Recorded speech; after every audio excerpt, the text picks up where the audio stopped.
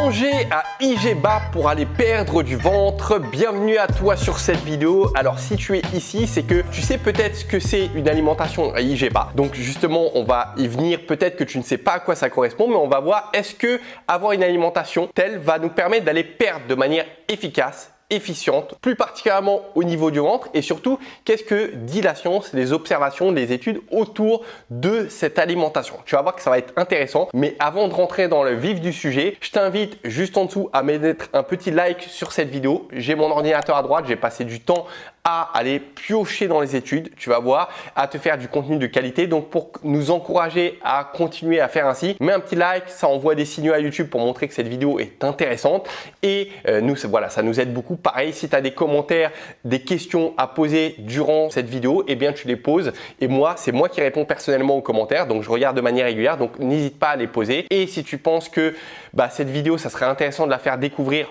ou cette chaîne où on parle de perte de poids, de santé et de bien-être, partage la vidéo et tu aideras tout simplement quelqu'un autour de toi. Maintenant que ça c'est dit, je te remercie sincèrement d'avance si tu as effectué. On va rentrer dans le vif du sujet. Donc, première des questions qu'on se pose et à laquelle on va répondre, c'est que ça serait intéressant qu'on définisse ensemble qu'est-ce que c'est une alimentation à IG bas, parce que de ton côté, tu as cet objectif, tu consacres du temps, des efforts à avoir des résultats dans ta perte de poids, dans ta santé, puisque c'est de ça qu'il s'agit aussi, et tu veux savoir si ce qu'on dit, ce qu'on va évoquer, ça va t'être utile pour que tu puisses ressortir de cette vidéo vraiment avec des conseils qui vont être concrets que tu vas pouvoir utiliser dans ton quotidien. Donc ce qui se passe, c'est que l'alimentation à IG bas, par définition, en fait, il faut savoir qu'à partir du moment où on mange un aliment qui est riche en glucides, donc ça peut être pâtes, riz, pain, pâtisserie, soda, et bien en fait, si tu veux, ça va avoir un impact sur le taux de sucre qui va aller dans ton sang. Donc c'est écologique quelque part, et en fait il y a une classification qui a été faite, donc ça s'appelle l'indice glycémique qui va de 0 à 100,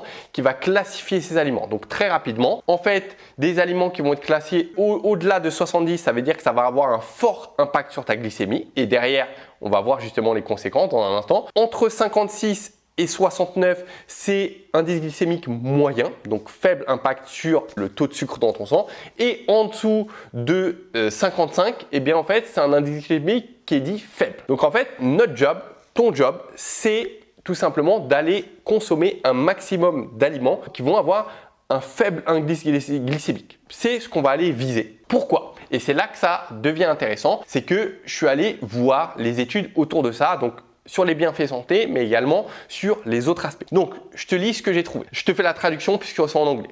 Première des choses, c'est que manger comme ça, surveiller les aliments qu'on mange et leur glycémie, ça va améliorer la régulation du taux de sucre, de la glycémie tout simplement, dans ton sang. Beaucoup d'études ont montré que suivre une alimentation comme ça, un indice glycémique, réduit les niveaux de sucre dans le sang pour notamment les personnes qui avaient du diabète. Donc, je pense que si tu es diabétique ou pré-diabète, tu connais un petit peu ces notions, mais même si tu n'as pas ça, il faut prévenir à tout prix puisque le diabète, c'est une saloperie et il y a plein de choses en conséquence de cela. On est tous soumis à la même chose. Le diabète, ça nous pend au nez si on ne fait pas attention à ce qu'on met dans notre assiette. Au-delà, sans même parler de diabète, il y a plein de conséquences, prise de poids, sur la concentration, sur plein d'aspects à aller s'intéresser à ça. Donc, première des choses, ça c'est confirmé, c'est que ça a un impact sur la glycémie. Maintenant, la question qu'on se pose, c'est quels sont les autres impacts santé sur ça ? Je vais y venir dans un instant. On va passer au point suivant. Des recherches montrent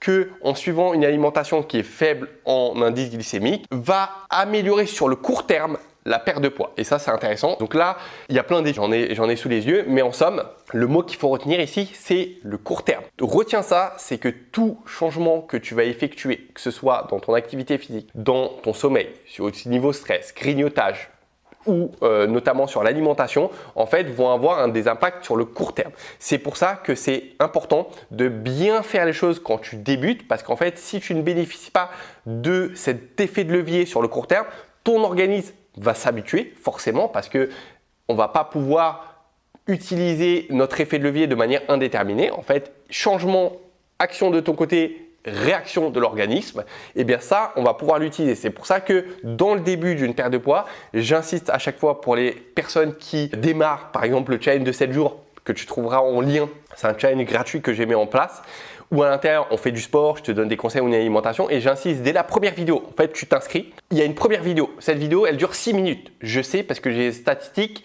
il y a la moitié à peu près des personnes, même moins de la moitié, qui regardent cette vidéo jusqu'au bout. Alors que pourtant, la vidéo, elle dure 6 minutes et j'insiste sur le fait, je dis, les personnes qui regardent cette vidéo perdent du poids.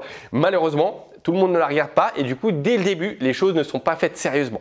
C'est pas parce qu'aujourd'hui, tu veux faire une perte de poids que tu dis bon bah je sais comment faire intuitivement qu'il faut bâcler ça. Parce qu'en fait, derrière, n'oublie pas que c'est ta confiance qui est remise en cause et derrière, on va se retrouver dans 2 semaines où derrière, bah, tu n'auras pas de résultat forcément et ton estime va descendre, ta confiance, le moral va être dans les chaussettes. Non, tu démarres quelque chose.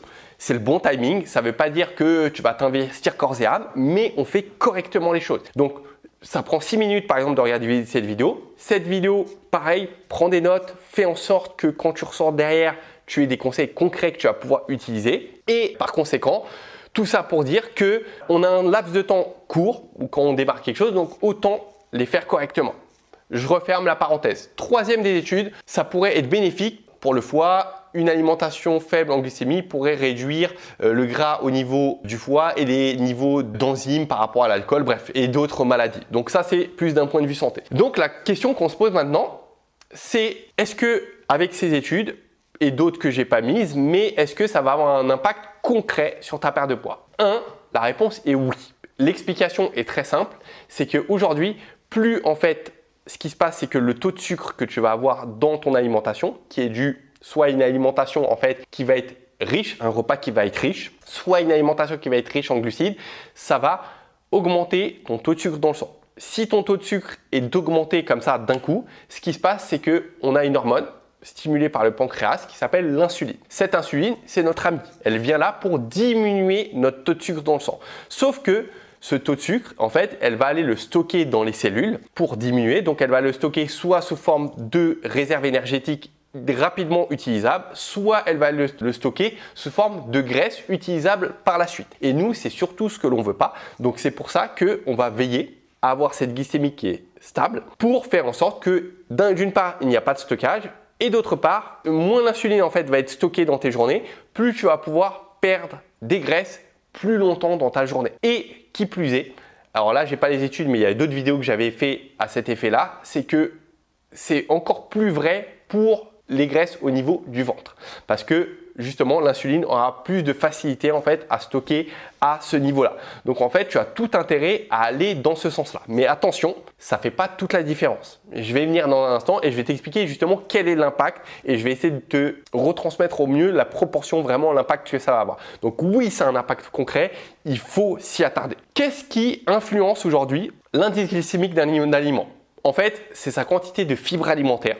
Ok, si tu regardes, si tu t'intéresses, tu vas voir que les aliments complets, donc par exemple du pain à céréales complètes, des pâtes semi-complètes ou complètes, vont avoir un indice glycémique plus bas que du pain blanc ou des pâtes blanches. Voilà, c'est un petit peu la ligne directrice. Ensuite, il y a la manière de le consommer. Typiquement, si tu prends un même aliment, donc disons la pomme de terre, que tu le consommes sous forme de purée ou au four, eh bien en fait, sous forme de purée, ça aura un indice glycémique plus élevé. Pourquoi? Parce que la digestion va être plus rapide. Comme c'est écrasé, eh bien en fait, c'est un peu logique, c'est un peu intuitif. C'est pareil pour tous les aliments. Et le dernier des aspects, c'est la réfrigération. Quand ça va aller au frigo, eh bien ça va suivre un process où en fait, l'indice glycémique va diminuer. Donc après l'avoir mis au frigo, tout simplement, dès que tu vas le reconsommer, eh bien ça aura un indice glycémique un peu plus bas.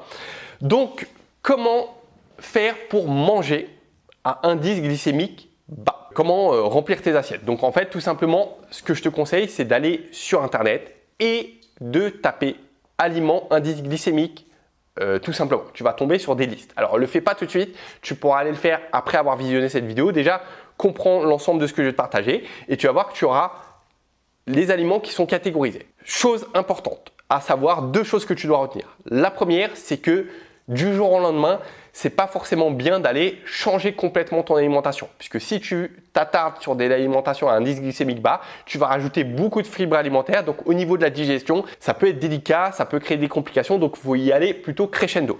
Deuxième des choses qu'il faut savoir, c'est que l'alimentation à indice glycémique bas ne fait pas toute la différence. Pourquoi? Parce qu'il y a d'autres notions qui rentrent en compte, notamment la charge glycémique. Je ne vais pas l'évoquer dans cette vidéo. Donc en fait, pour les personnes qui regardent cette vidéo et qui font partie des programmes avancés qu'on distribue, donc Challenge 21, oses ventre plat. Eh bien, à l'intérieur, moi, je vous partage une liste des meilleurs aliments où justement, je combine plusieurs facteurs. Indice glycémique, indice de satiété, charge glycémique et d'autres aspects où vous avez le top aliment au niveau des protéines, le top aliment au niveau glucides, lipides et vous avez les aliments moyens et ceux à éviter tout simplement. Donc l'indice glycémique, c'est juste un critère, d'accord, dans l'alimentation.